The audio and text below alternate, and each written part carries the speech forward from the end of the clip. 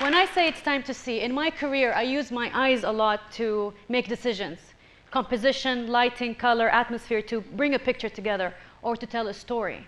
Now, when I'm saying the story, it comes with a lot of experience from what I have experienced, not necessarily yours. If I bring 20 people here and we mesh those 20 people and turn one body with 20 brains, we'll have a very different picture because there'll be 20 ideologies, 20 visions. It could be absolutely disastrous or it could be something absolutely out of this world. Now, it's very hard because in our brain, when we're seeing, we don't really see. What we do is 90% we think. And when people tell you, think outside the box, no, see outside the box. And I'll tell you why in a second. So reprogramming the human mind in search for the truth. I would love to get a vacuum cleaner, put it in your ears and suck all your thoughts out and start from a clean slate.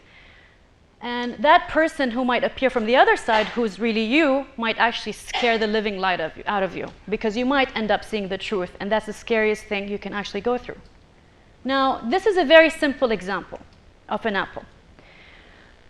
When we were kids, they teach us how to do a banana, an apple, and the first thing you do is, if I bring an apple, and I want you to please experiment this tonight, okay? Get a piece of paper and start sketching an apple. That time, 16, 18 seconds, is very scary. I don't want to see that. Okay, so you have because I get very distracted with anything that moves. So you see an apple, you try to sketch it, and you will automatically not see the apple. You will use your memory and start sketching. So you will be doing this, and then take a glimpse maybe, if you feel like it, and then you go back. So what you're doing is using your memory. So my teacher, when we used to do that, she'd be like, see, look at the apple. She'd be very aggressive about it. I'm like, what's wrong with this woman? I'm like, fine.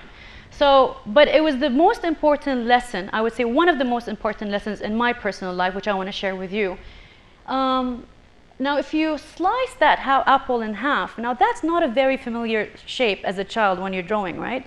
So if you actually take this exercise and you do the apple sliced at home, I guarantee that, look, maybe the sketch would be absolutely horrible, but the sliced apple would be a bit more accurate than the actual apple. Why?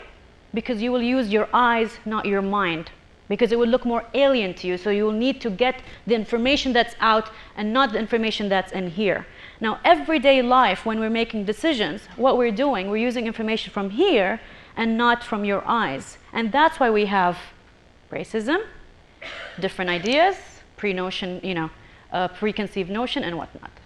So maybe perhaps next time you have an idea, you think of it as a sliced idea so you can look at it differently and a whole new perception can come out. Now, I know this is a horse syndrome, and I tell you this is a horse, and everybody's like, yeah, you have to pop enough pills to really actually see a horse, but it's a chair. And to a lot of people, it could be a horse. Maybe the shadow is a horse, who knows, you know? So sometimes it's about seeing. And this is a chair. Why do you think this is a chair? Because we were taught as kids that this is how a chair is. You sit on one, makes you relax, yada, yada, yada. My grandmother said a story to me once that resonated really well.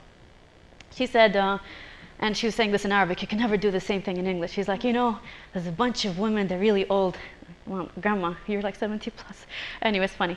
And she's like, well, you know, they saw their first plane, and they all went down and they got this big basket of food, and they rushed to the plane, and they're like, oh, the poor creature must be really hungry. And they actually did this. I think it was somewhere in Sharjah. They went to start feeding the plane. This was the first plane. And, you know, you might think this is absurd. They're laughing at the concept, but they were actually genuinely wanting to feed the plane, not because they've never seen a plane before. That's why. To them, it was simply a creature. Now, we might laugh at that, but we have some ideologies that we have learned to know and memorize and believe in them because we were taught, not because we wanted to, because the idea of not believing in them, it's so scary. And if you look at the word believe, in the middle of that word, you'll find the word lie. Interesting. Okay, now I have to sound really smart here. The cognitive dissonance, trust me, it took me time to pronounce. Okay, so to make it very simple and in baby terms, which is, I always like to say things like that because it just breaks it down, it's easier. So it's when your inside is not aligned with your outside. Made just life more complicated. What I mean is that you are dying to have that piece of donut, right? And you know you're like 20 kilos overweight. But you're like, if I had that one donut, it's not going to like put another kilo on me. So what you do is you make yourself feel better by kind of lying to yourself, by saying, if I had that one piece of donut, it's not going to make me fatter. So what happens is that you find an excuse to let your internal imbalance of decision making feel better.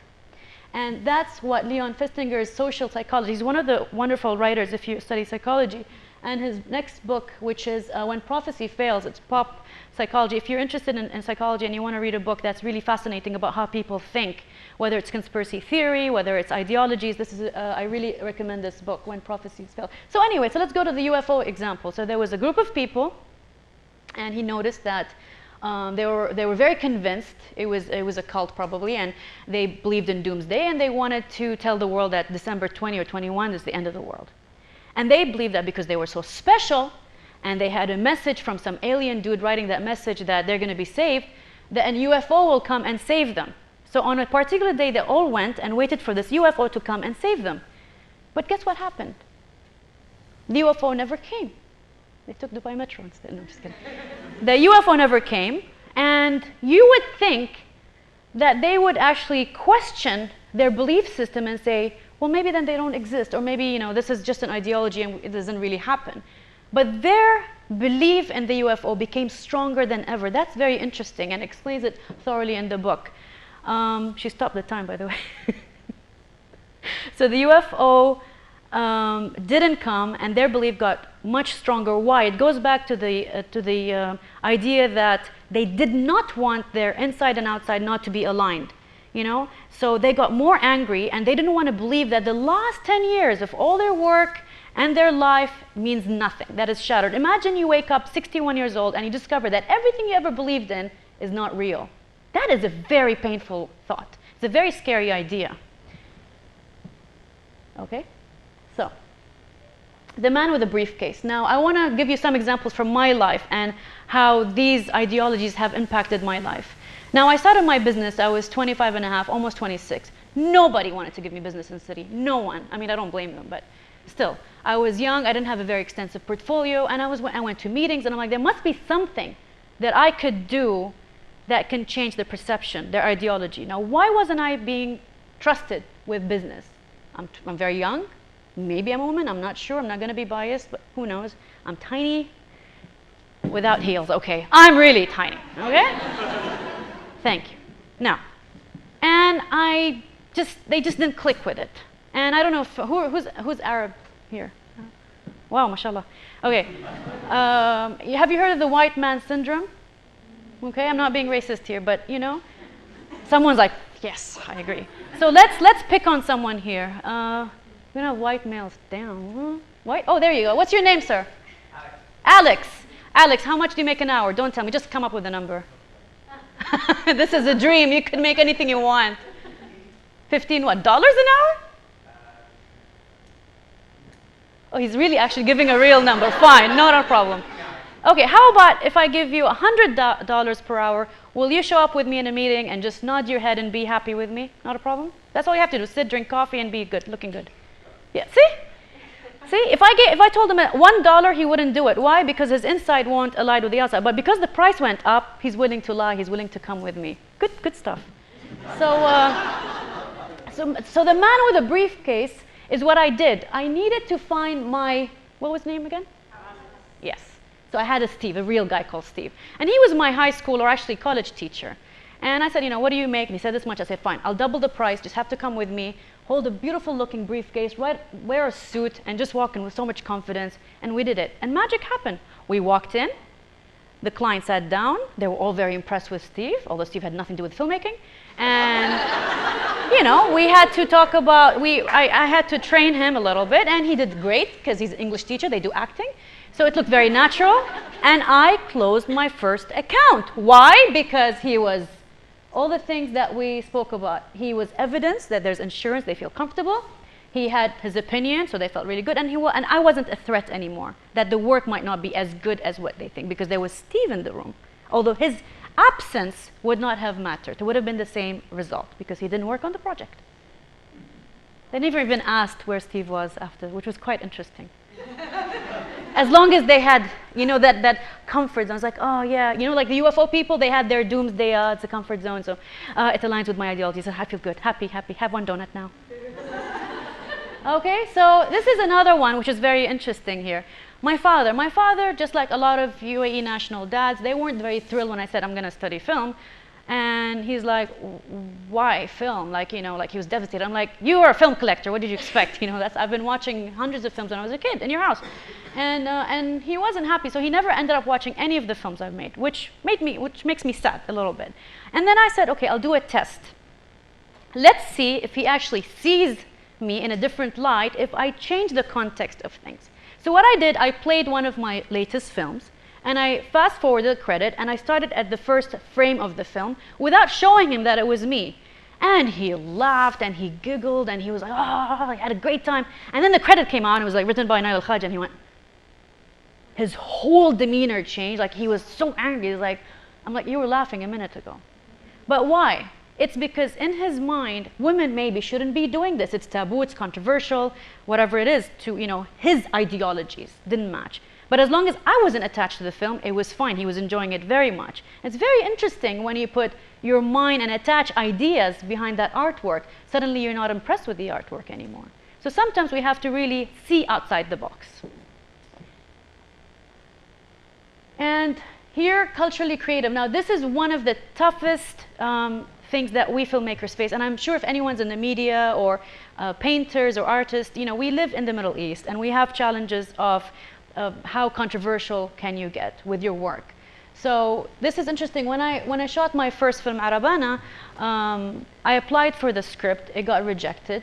Because sometimes when I describe something on a piece of paper and I film it, and I said before, you can have 20 people and 20 people will film it in 20 different ways. Now the guy who's censoring is probably using his ideologies and he's saying, oh God, oh that's, no, we can't. And I was no, I am going to make this film. And the more you say no to me, the more I want to do something. And my husband knows. Okay? So I shot the film. And the same guy, 2 years later, gave me an award for the same film. The one who did the censorship. So it's very ironic, I know. But that's because I use symbolism exactly like the script. But the thing is, when you write something, it could be very graphic because you're thinking of it in a certain way. But I might shoot it in a way that's not offensive at all. So it's very interesting that this is a challenge that we face as filmmakers here when we are submitting scripts. So sometimes you have to maybe write them according to what they might think. So you can at least get the approval and then do them the way you want to do them. Please do not copy. I did not say these things. Okay. I want you to watch this little short clip.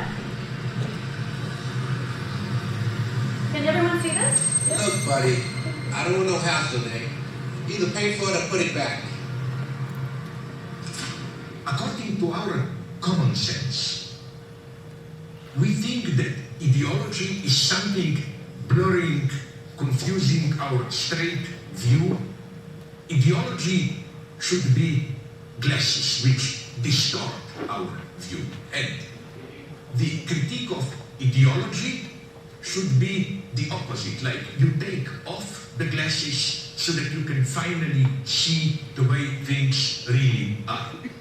This precisely, and here the pessimism of the film, of the elite, is well justified. This precisely is the ultimate illusion. Ideology is not simply imposed on ourselves. Ideology is our spontaneous relationship to our social world, how we perceive its meaning, and so on and so on. We, in a way, enjoy our ideology. All right.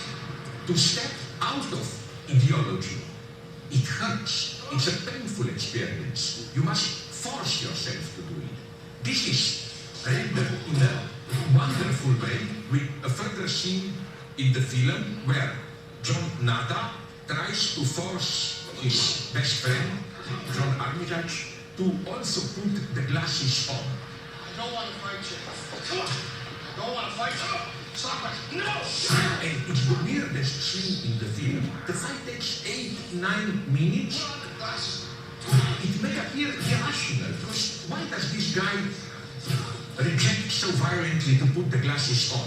It is as if he is well aware that spontaneously he lives in a lie, the glasses will make him see the truth, but that this truth can be painful, can shatter many of your illusions. This is a paradox we have to accept. The extreme violence of liberation. You must be forced to be free. If you trust simply your spontaneous sense of well-being or whatever, you will never get free. What? Freedom hurts. I know it's a lot to take right now, but as he said, freedom hurts because you have to get outside your comfort zone. We're usually, when we want to believe something, we believe in a group. It makes us feel very comfortable, which is called actually a term called sheepism, like being sheep. But when you leave that, you get isolated sometimes. People might fight you for your ideas. They might even hate you for your ideas. I'm sure you've had a friend or someone who did something so outside your own ideology, they're like, oh God, I don't want to be associated with that person. Not because that person is bad or good, because your ideology, your thoughts might not align with theirs anymore. Or the reverse, you see someone in a very bad light and suddenly they've become aligned to your beliefs and thoughts and suddenly they're your best friend. So our projection in life is always reflected to what we are thinking. And that sometimes can be dangerous because you're living in a comfort zone and you're not really stepping outside the box and seeing from a different perspective. No, so I would like to end this my presentation by asking you, what would you change in your life? And think of one strong belief that you have that you can't absolutely live without. So it can't be something like, I'll wear a blue t-shirt tomorrow. Yeah? It has to be something deeper and something that could really shake your being. I'm not converting anyone. I'm just saying, think of something that you can definitely not live without and try to do it for one day. You might not be able to do it, but if you do, maybe something might emerge. Something that could completely look at life in a very different way that you would have never imagined. And maybe that will change the rest of your life. Who knows? Try it. And I would like to give you this to think about, which I really like for yourself, the imprisonment of your own limiting beliefs and prejudices. Thank you very much.